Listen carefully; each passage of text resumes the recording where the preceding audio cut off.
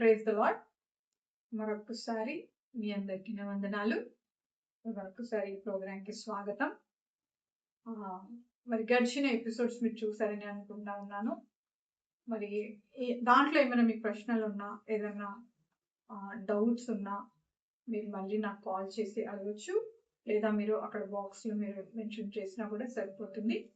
మరి ఈ రోజు మరి మన్నా ఎటువంటి క్వశ్చన్తో రెడీ అయిందో చూడాలి. ఏమన్నా ఈరోజు what kind of question you are going to ask? మరి పరిశుద్ధాత్మ దేవుడు దీనికి ఏం సమాధానం చెప్పబోతున్నాడు వాక్యపు వెలుగులో చూసుకుందాం. ప్రైజ్ ది లార్డ్ అందరికి. నా వాయిస్ ప్లీజ్ సోర్ త్రోట్ ఉంది, ప్లీజ్ బేర్ విత్ మీ. మా ఇద్దరు లివ్ ఇన్ డిఫరెంట్ ప్లేసెస్, వేరే వేరే చోట్ల మేము ఉంటాము. సో మా టైమింగ్ అనేది మ్యాచ్ మాకు ఇదే అయ్యింది, అందుకనే నేను సోర్ త్రోట్ తోనే వీడియో తీయాల్సి వస్తుంది. ఇది ప్లీజ్ బేర్ విత్ మీ. ఒక విషయంలో నా వాయిస్ క్లియర్ గా ఉందని ఐ హోప్. ఇంకా మరి గత మరి జరిగిన ప్రీవియస్ ఎపిసోడ్స్ అన్ని మీరు విన్నారు అని ఐ హోప్, అర్థమైంది మీకు స్పష్టంగా నేను అనుకుంటున్నాను. మరి ఈ రోజు ఏం అడగాలనుకున్నానంటే త్రిత్వం గురించి. అంటే వి సే, అంటే మనం అంటాము, మనము మరి త్రియేక దేవుణ్ణి మొక్కుతాము అని, వి వర్షిప్ ఎ ట్రైయూన్ గాడ్ అని. కానీ త్రిత్వం అంటే ఏంటి? త్రిత్వం అనేది మరి పరిశుద్ధాత్మ దేవుడు, ప్రభు అయిన యేసుక్రీస్తు, దీని గురించి స్పష్టంగా నూతన నిబంధనలో మనకు రాయబడింది. కానీ ఆది నుండి కూడా వీళ్ళు త్రిత్వంలో ఏ రీతిగా ఉన్నారు? పరిశుద్ధాత్మ దేవుడు నిజంగా మరి ఆది నుండి ఉన్నాడా, లేదా మనకు రిజరక్షన్ తర్వాతనే మరి పరిశుద్ధాత్మ దేవుడు వచ్చాడా, లేదా వీళ్ళు మొదటి నుండి ఏ రీతిగా ఉన్నారు అనేది చాలా మరి యూత్ లో ఎక్కువగా డౌట్స్ అనేది నేను దీని గురించి వింటూ ఉన్నాను. సో త్రిత్వం గురించి ఈ రోజు మరి స్పష్టంగా మాకు ఎక్స్ప్లెయిన్ చేస్తారా? షూర్. మరి నిజంగా చాలా చాలా కన్ఫ్యూజింగ్ గా ఉండే విషయమే. ఇంకోటి, ఈ మధ్య ఎక్కువగా ప్రతి క్రైస్తవులు ఎదుర్కొంటున్న ప్రశ్న, మీరు మీ దేవుడు ఒక్కరే అంటారు, మళ్ళీ ప్రభువైన యేసుక్రీస్తు అంటారు, మళ్ళీ పరిశుద్ధాత్మ అంటారు, మళ్ళీ మీరు తండ్రి అయిన యెహోవా అంటారు అని, ఇట్లా దాన్ని మీరు కూడా ముగ్గురు దేవుళ్ళని మొక్కుతారు అని ఒక పెద్ద కామెంట్, దాన్ని ఎక్స్ప్లెయిన్ చేశారు. కానీ చాలా సింప్లిఫైడ్ గా ఏది చూడండి, దేవుని యొక్క లేఖనాలలో ఆయన మనకు అర్థమయ్యేలాగా మాట్లాడాడు, మర్మాలతో మాట్లాడలేదు. మర్మాలతో మాట్లాడిన అంశాలు కూడా ఉన్నాయి, కానీ అవి ఆయన గురించి తెలుసుకోవాల్సిన విషయాలు కాదు. ముంజేతి మీద అంట ప్రతి నరునికి ఆయన ముద్ర వేసి ఉంచినాడంట, ఆయనను వెతుకులాడి తడువులాడి కనుగొనడానికి. అంటే అంత ముంజేతి మీద అంటే ఏంటి? ఇట్లా చూసుకుంటే శరీరంలో ఇంకా ఏ భాగమైనా మనం చూసుకోలేము, కానీ ముంజేతి మాత్రం చాలా స్పష్టంగా చూడగలం. సో ఈ త్రిత్వము అనేది చాలా స్పష్టంగా వాక్యంలో ఉంది. చూడండి, ఆదికాండం 1వ అధ్యాయంలో ఉన్నది. చూడండి, ఏమనండి చెప్పండి ఒకసారి. మనకి ఇంకా ఆదికాండం 1వ అధ్యాయం అన్నా నువ్వు చెప్పు, మొదటిగా వచ్చిన ఏమై ఉందో.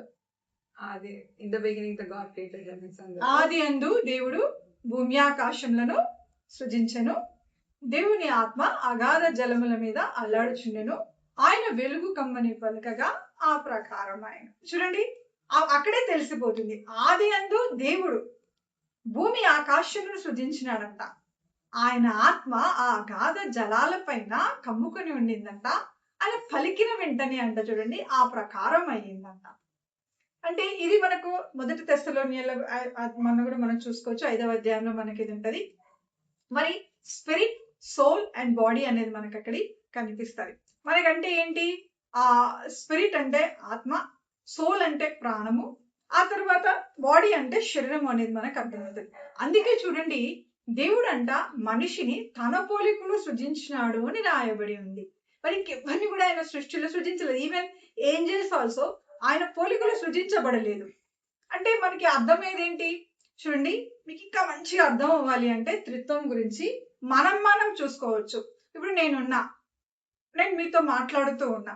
నేను మీతో మాట్లాడేటప్పుడు నా మనసు లేదా నా బ్రెయిన్ ఏదైతే ఉందో, నా జ్ఞానం ఏదైతే ఉందో, అది నేను కూర్చుకుంటూ నా పెదవుల ద్వారా నేను మాట్లాడుతున్నా, అది నా శరీరంలో నుంచి అది బయటికి అనేది వస్తుంది. నాలో ఆత్మ కూడా ఉంది, నాలో ప్రాణము కూడా ఉంది. ప్రాణం అంటే మనం ఏమనుకుంటామంటే ఊపిరి వేరు, ప్రాణం వేరు. ఇక్కడ నేను చెప్పే కాంటెక్స్ట్ ఏదైతే ఉందో ఊపిరి వేరు, ప్రాణం వేరు. చూడండి, మనం ఒక మనిషి బ్రతికుండగా చూస్తాం, అవునా కాదా? ఆ బ్రతికు అదే మనిషి విగత జీవుడై పడిపోయి ఉండడం కూడా మనం చూస్తాం. ఆయన ఇంకా బ్రతకడు అని తెలిసినప్పుడు ఆ శరీరాన్ని మనం తీసుకొని వెళ్ళి మరి ఎవరి సంప్రదాయాల ప్రకారం వారిని ఆ మట్టిలో కలపడం అనేది మనము ప్రతి ఒక్కరము కూడా జరిగిస్తాం. మరి మనిషి శరీరంలో నుంచి ఎప్పుడైతే జీవము అనేది వెళ్ళిపోతుందో లేదా ఊపిరి అనేది వెళ్ళిపోతుందో ఆ శరీరాన్ని ఈ ఆత్మ, ఆ తర్వాత ఈ మనస్సు లేదా ఈ ప్రాణము అనేది అవి కలిసి పక్కకు వెళ్ళిపోయినట్టుగా మనకి కనిపిస్తాయి. మరి చూడండి, బ్రెయిన్ అని మనం అనుకుంటాం, కానీ ఈ బ్రెయిన్ లో కూడా జీవం ఉన్నంత వరకు ఆ బ్రెయిన్ అనేది పనిచేస్తుంది. అంటే ఆ ప్రాణము అనేది ఏదైతే ఉందో అది మనిషి కంటికి కనపడలేదు. అది ఒక బ్రెయిన్ ఫామ్ లో ఉంది అని అనుకుంటాం. అందుకే మనం ఏమంటాం, చాలాసార్లు బ్రెయిన్ డెడ్ అంటాం. శరీరంలోని ప్రతి అవయవం ఉన్నా కూడా ఆ బ్రెయిన్ అనేది ఆ జీవముతో ఉట్టిపడి ఆ శరీర భాగాలకి గనక అది ఆజ్ఞాపించకపోతే ఆ శరీరము అన్ని అవయవాలు సరిగ్గా ఉన్నా కూడా అది పని చేయకుండా అయిపోయింది అని చెప్పి వీరు ఇంకా బ్రతకలేరు. వీరికి ఇంకా వారి బుద్ధి అనేది లేదా వారి జ్ఞానం అనేది లేదా వారి బ్రెయిన్ అనేది వారికి ఆ యొక్క ప్రాణానికి ప్రతిస్పందించడం లేదు కాబట్టి అని మనము చెప్తారు. కాబట్టి మనకు అది అర్థం అవుతుంది. సో ఈ పార్ట్ అయితే మీకు అర్థమైంది అనుకుంటా శరీరం వరకు. ఇంకా మనకి ఆత్మ తర్వాత ప్రాణం గురించినటువంటి రిఫరెన్సెస్ బైబిల్లో ఏమైనా ఉన్నాయా అంటే, ఇప్పుడు నేను చెప్పే త్రిత్వం గురించి వచ్చినప్పుడు అంటే చాలా ఉన్నాయి. మనకు చూస్తాం, ప్రభువైన యేసుక్రీస్తు మనకు కనిపిస్తారు. ఆయన పునరుద్ధానుడైన తర్వాత అంట 40 దినాలు అంట అపోస్తులకి ఆయన కనబడ్డట్టుగా మనకి మరి లేఖనాలు మనకు సెలవిస్తా ఉన్నాయి. మరి ఆయన మూసి ఉన్న తలుపుల్లోకి ఆయన లోపలికి ప్రవేశించినాడు. చూడండి, అంటే ఏమైంది, ఆయనకు అంతకు ముందు ఒక శరీరధారి ఉన్న కాలంలో ఎవ్వరు కూడా ఆ తలుపులు అనేవి వేయబడ్డప్పుడు ఆ తలుపుల్లో నుంచి రాలేరు. ఆయన అక్షయతను ధరించుకొని ఉన్నాడు ఆయన. సో ఆ అక్షయుడైన ఆయన అంట, అందుకే ఆయన మృతులలో ప్రథమ పునరుద్ధానుడుగా పంటగా మనము ఆయనని చూస్తాం. మరి చూడండి, ఆ తర్వాత ఆయనని మరి శిష్యులందరూ కూడా గుర్తుపట్టారంట. మరి ఆయనకి భూమి మీద ఆయన బ్రతికి ఉన్నప్పుడు ఏ ఏ సంఘటనలైతే ఏ ఏ మనుష్యుల మధ్యలో అయితే ఆయన వెళ్ళాడో అవన్నీ కూడా ఆయనకి గుర్తున్నట్టుగా మనకి కనిపిస్తుంది. అవునా కదా, ఆయన గుర్తుపట్టినాడు. శిష్యుల దగ్గరికి ఆయన వెళ్ళినాడు, మరి వాళ్ళకే చెప్పినాడు, మేడ మీద గదిలో మీరు నా కొరకు మీరు వేచి ఉండండి అని వాళ్ళకి చెప్పినాడు. ఆయన ఏమన్నాడు, మీరు చూడండి, ఇంకొకటి శరీరము అనేది ఆ క్షయమైన శరీరం అనేది మనకైతే ఈ శరీరం అనేది మనకు కనిపిస్తుంది. మనం ఈ శరీరాన్ని తీసుకెళ్లి సమాధిలో కానీ లేదా చెప్పాను కదా ఆయా సంప్రదాయాల ప్రకారం మరి దాన్ని మనము తీసుకొని వెళ్తాం. బట్ దేవుడు లేపినప్పుడు అంట ఆ శరీరము కూడా వారితో లేపబడుతుందని రాయబడి. అందుకే త్రిత్వము అంటే ఏ రీతిగా అయితే మరి తండ్రి అయిన దేవుడు అంటే ప్రాణం అంటే ఆయన ఆలోచన, ఆయన జ్ఞానము, ఆయన వివేచన, ఆయన ప్రతిస్పందనలు, ఆయన ఎమోషన్స్, ఆయన ప్రేమ ఉన్నాడంట, ఆయనకు కోపం వచ్చిందంట అని రాయబడి ఉన్నాయి కదా. ఆయన ఈర్ష్యపడ్డాడంట, జెల్లస్ గాడ్, ఆమె జెల్లస్ గాడ్ అంటాడు. నేను ఒప్పుకోను, నా వాళ్ళు నా సొంతం అంటాడు. నేను రోషపడతాను అని అంటాడు. అంటే ప్రతి ఎమోషన్ మనం ఆయనకు చూస్తాం. సో ఆయన యొక్క ఇందాక మనం చెప్పుకున్నట్టుగా ఆయన వ్యక్తిత్వం ఏదైతే ఉందో అది మనం యెహోవా దేవుడిగా చెప్పుకోవచ్చు. అట్లనే ఆయన యొక్క ఆత్మ ఏదైతే ఉందో మనమైతే ఇవి రెండు కలిసే ఉంటాయి. ఈ ఆత్మ ప్రాణము అనేది కలిసే ఉంటాయనే విషయం కూడా మనకి అర్థం అవుతుంది. సో తండ్రి అయిన దేవుడు ఆత్మ అయి ఉన్నాడు. ఆయన గురించి రాయబడ్డం ఆయన ఏమో రాయబడి ఉంటది, ఆయన ఆత్మ అయి ఉన్నాడు అని రాయబడి ఉంటది. పరిశుద్ధుడు కాబట్టి పరిశుద్ధుని ఆత్మ అని మనము పలుకుతాం. కానీ వాళ్ళు ఏకంగానే ఉంటారు. అట్లానే వాళ్ళకు ఒక శరీరం ఉంది. ఇప్పుడు నేను మాట్లాడుతున్నాను అంటే నేను ఇదిగో ఇట్లా అనాలన్నా, లేదా నాకు ఇప్పుడు ఎవరైనా కోపం తెప్పిస్తే నేను కొట్టాలన్నా అంటే అదేంటి, నా బ్రెయిన్ అనేది నాకు సంకేతం ఇస్తుంది. నేను ఎవరిని ఇప్పుడు చూడండి, నేను ప్రేమించే నా పిల్లల్ని నేను కొట్టుకోలేను కదా. ఏదైతే అపాయం ఉంటే వాళ్ళని నేను కొడతానేమో చేయి చాపి. అంటే ఏంటి, ఈ శరీరం అనేది నా శరీరం ఎట్లయితే ఉన్నదో నా ఆత్మ కూడా ఏదైతే నాలో ఉన్నదో అది నా ప్రాణం కూడా ఏదైతే నాలో ఉన్నది. కానీ మీరు దాన్ని చూడలేరు. మీరు కనబడేది ఏమంటారు, ఇప్పుడు నేను మీతో మాట్లాడుతున్నా, సపోజ్ నేను ఇప్పుడు ఈ వీడియోస్ మనం తీస్తా ఉన్నాం. ఈ వీడియోస్ లో నేను ఏదైనా మీకు నచ్చని విషయం, మీకు అర్థం కాని విషయం చెప్పి రేపు పొద్దున మరి సిస్టర్ మీరు ఆ రోజు అట్లా చెప్పినాను కదా అంటే, అబ్బాయి అది నేను కాదు, నా ఆత్మ చెప్పింది అనడానికి లేదు. అది నేను కాదు, నా జ్ఞానం అట్లా చెప్పింది అనడానికి లేదు. అది నేను కాదు, నా మూర్ఖత్వం అట్లా చెప్పింది అనడానికి లేదు. అది మూర్ఖత్వమైనా, అది జ్ఞానమైనా, అది ప్రేమైనా, అది కోపమైనా, అది నాది. ఇప్పుడు నేను మీతో మాట్లాడుతున్నది గీతా వాక్కు. సో అట్లా ఆ యొక్క నా వాక్, ఇప్పుడు ఆ వాక్కు అంటే అదే అన్న తండ్రి అయిన దేవుడు, ఆయన ఆత్మై ఉన్నమాట. ఎంత మనం ఎట్లా ఉన్నామో, ఆయన ప్రాణం ఎట్లా కలిసి ఉన్నదో, అట్లనే శరీరమైన ప్రభుని యేసుక్రీస్తు కూడా ఎట్లా కలిసి ఉన్నాడో చూడండి. అందుకే వాళ్ళు త్రిత్వమై ఉన్నారు. మనల్ని కూడా ఆయన ఆ పోలికను రుజించినాడు. దేవదూతలు కూడా లేదు శరీరము. అందుకే సాతానికి మనిషి అంటే చాలా ఇంట్రెస్ట్. ఎందుకు అంటే ఎప్పుడైతే ఆ మనస్సుని స్వాధీనపరుచుకుంటాడో, అంటే మీకు అర్థమయ్యేలాగా చెప్పాలి అంటే, ఆత్మ దేనికైతే శరీరాన్ని లోపరుస్తుందో వారు ఆత్మ సంబంధమైన వాళ్ళు. ఆత్మ ఏదైతే శరీరం వైపు మొగ్గు చూపుతారో అది శరీర సంబంధమైన వాళ్ళు అవుతారు.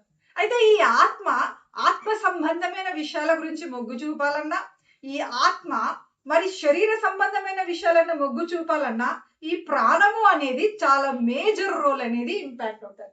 ఇదే సోలిశ్రీలం అంటాం మనం. దీనికి సాతానికి చాలా చాలా ఆసక్తి కలిగించే విషయం అన్నమాట.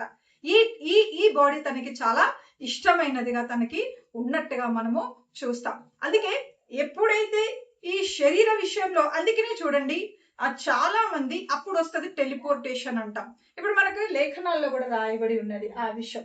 ఆయన ఆత్మ అంట ఫిలిప్పుని అంట కొనిపోయిందంట, తీసుకొని వెళ్ళిపోయింది. మరి నేను మూడో ఆకాశానికి నేను ఎక్కిపోయినాను, నేను దేహంతో ఎక్కినాను, నేను దేహంతో ఎక్కలేదు, నాకు తెలియదు అని అంటాడు. అంటే ఒక శరీరాన్ని వదిలిపెట్టి కూడా అంటే ఈ ప్రాణము, ఈ ఆత్మ అనేది అది కలిసే ఉంటది అనే విషయం మనము గ్రహించుకోగలగాలి. ఈ శరీరము అనేది మరి ఇప్పుడైతే మరి ఆయన కడబూర శబ్దం విన్నప్పుడంట, అప్పుడంట క్రీస్తునందు మృతులైన వారు మొట్టమొదటిగా సమాధులు తెలవబడి వారు లేస్తారంట. అంటే ఏంటి? ఇప్పుడు ప్రతి ఒక్క ప్రభుని యేసు క్రీస్తు తర్వాత హానోకు ఆయన శరీరంతోనే పైకి వెళ్ళాడు, మినహాయించి ఏలియా హానోకు ప్రభుని అయితే ప్రభుని యేసు క్రీస్తుకి ఆత్మ శరీరం అక్షయతను ధరించుకున్నది. ఏలియాకి మరి తర్వాత హానోక్కి అది లేదు. అందుకే వీళ్ళు మరలా భూమి మీదకి ఒకసారి వస్తారు, మరలా తిరిగి అని రాయబడి ఉంటది. దేవుడు అన్నాడు తప్పకుండా ఒక మనిషి పుట్టినవాడు చనిపోయేందుకు ఆయన ఒక దినాన్ని నిర్ణయించినాడు అని చెప్పి లేఖనం చాలా స్పష్టంగా చెప్తా ఉన్నది. ప్రభుని యేసుక్రీస్తు ఒక్కడే క్షయత నుంచి అక్షయత అనే రూపాన్ని ధరించుకున్నాడు. కాబట్టి ఆయన అన్నాడు చూడండి, నా చేతులు చూడండి, నా కాళ్ళు చూడండి, నేను భూతం కాదు. అంటే మనము అంటే ఒక రకంగా చెప్పాలి అంటే మనము శరీరానుసారంగా మనం ఎట్లా ఉంటామో మన ఆత్మ కూడా అట్లనే ఉంటది అనే విషయం గుర్తుపట్టాలి. ఇప్పుడు నా ఆత్మని మీరు ఎవరైనా కూడా శరీర సంబంధమైనదిగా గుర్తుపట్టొచ్చు, రేపు ఆత్మ సంబంధమైన విషయంలో కూడా మీరు నన్నే గుర్తుపట్టొచ్చు. నేను ఎట్లున్నానో నా ఆత్మ కూడా అట్లనే ఉంటది.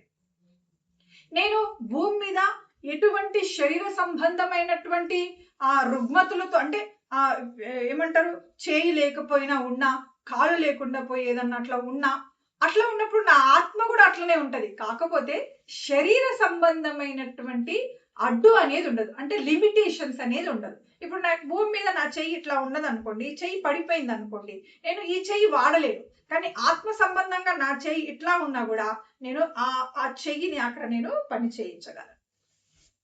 ఇదంతా లేకపోతే తినగలను, ఆయన తిన్నాడు కదా. సో మన ఆత్మ కూడా తింటది. ఇది మళ్ళీ ఇంకొక ఎంటైర్లీ డిఫరెంట్ మనం టాపిక్ గా మనం దీన్ని తీసుకోవచ్చు. అంటే నేను చెప్పేది ఏంటి అని అంటే, మనము ఇప్పుడు చూడండి, ప్రభువైన యేసుక్రీస్తు తండ్రికి వేరుగా లేడు, పరిశుద్ధాత్మ దేవుడు వేరుగా లేదు, వారు ముగ్గురు కలిసే ఉన్నారు.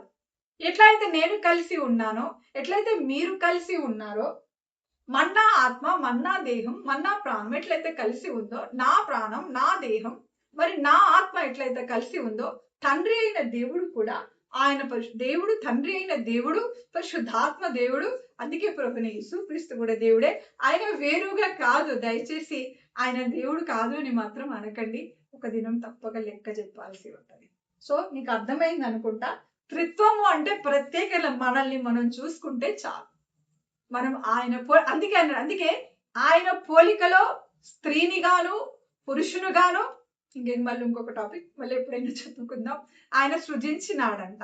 అంటే ఏంటి? స్త్రీకైనా పురుషునికైనా ప్రాణం ఉంటుంది, ఆత్మ ఉంటుంది, దేహం ఉంటుంది. మీకు మంచిగా అర్థమైంది అనుకుంటాను. అర్థం కాని వాళ్ళకు నెక్స్ట్ ఎపిసోడ్ లో ఈ అంశాలు నేను వివరించడానికి పరిశుద్ధ ఆత్మదేవుడు నాకు సహాయం చేయనట్లుగా మీరు కూడా ప్రార్థించండి. ఐ హోప్ అందరికీ అర్థమైంది అనుకుంటున్నాను. మరి అంటే స్పష్టంగా మనకు త్రియేక దేవుడు అంటే, ఎందుకంటే మనం ఆయన పోలికలు సృజింపబడ్డాం కాబట్టి మరి మన ప్రాణం కానీ మన దేహం కానీ మన ఆత్మ ఏ రీతిగా ఒకటే అయ్యి మనం ఒక యూనిట్ గా, అంటే మనం ఇక ఒక 1% గా మనం ఉన్నామో అదే రీతిగా దేవుడు కూడా అదే పోలికలో ఉన్నాడు అని, అంటే బేసిక్ గా ఆయన పోలికలో మనం ఉన్నాము కానీ మనది ఎక్స్ప్లెయిన్ చేస్తూ మరి ఆయన త్రియేక దేవుడిగా ఏ రీతిగా ఉన్నాడు అనేది మనకి ఈరోజు స్పష్టంగా మరి ఎక్స్ప్లెయిన్ చేయడం అనేది జరిగింది. I hope everybody understood. ప్రతి ఒక్కరికి కూడా ఈ విషయం అర్థమైంది అని ఆశిస్తున్నాను. అవును, అర్థం కావాల్సిందే. ఎందుకు అంటే ఇది తప్పకుండా డిఫరెంట్ ఎంటిటీ అని చెప్పుకోవచ్చు. ఇప్పుడు నా ప్రాణం ఉంది, కొట్టు కొట్టు కొట్టు అన్నప్పుడు తప్పకుండా నా ప్రాణం లేసి కొట్టదు, నా శరీరం లేసి కొట్టాలి. లేదా నువ్వు కొట్టకుండా ఆపు ఆపు అన్నప్పుడు నా ప్రాణం ఏదైతే అంటే నా జ్ఞానం నన్ను ఏదైతే చెప్తూ ఉంటుందో దాన్ని బట్టి నా బాడీ అనేది మూవ్ అవుతా ఉంటది అన్నమాట. సో ఇవి మూడు కూడాని ప్రత్యేకమైనటువంటి విభాగాలలో అవి ఆధిపత్యం చెలాయిస్తూ ఉంటాయి. అట్ ద సేమ్ టైం అవి ఒకటిగా పనిచేస్తూ ఉంటాయి. అందుకే మనిషికి వారి ఆత్మను అంట మరి చూడండి దేనికి వారు లోపరుస్తారో అంట, వారి శరీర సంబంధమైన వాళ్ళుగా ఆత్మ సంబంధమైన వాళ్ళుగా వారు నిలబడతారు. సో ఈ ప్రాణమే మేజర్ రోల్ ఎక్స్పాండ్ చేస్తుంది. అందుకే ఈ ఆత్మకి అందుకే శిక్ష అనేది ఒకటి విధింపబడి ఉన్నది. అందుకే దేవుడు సృజించిన ఏ నరుడికి కూడా చూడండి నిత్య జీవమే, వాళ్ళు బ్రతికే ఉంటారు. అయితే నిత్యత్వం ఎట్లా ఉంటది అంటే వాళ్ళు either they will go to నిత్య జీవానికన్నా వెళ్తారు, లేదా వాళ్ళు నిత్య నరకానికన్నా వెళ్తారు. కానీ నరకమైన జీవమైన రెండు నిత్యమే సుమా. Praise the Lord. దేవుడు మిమ్మల్ని దీవించును. Praise the lord.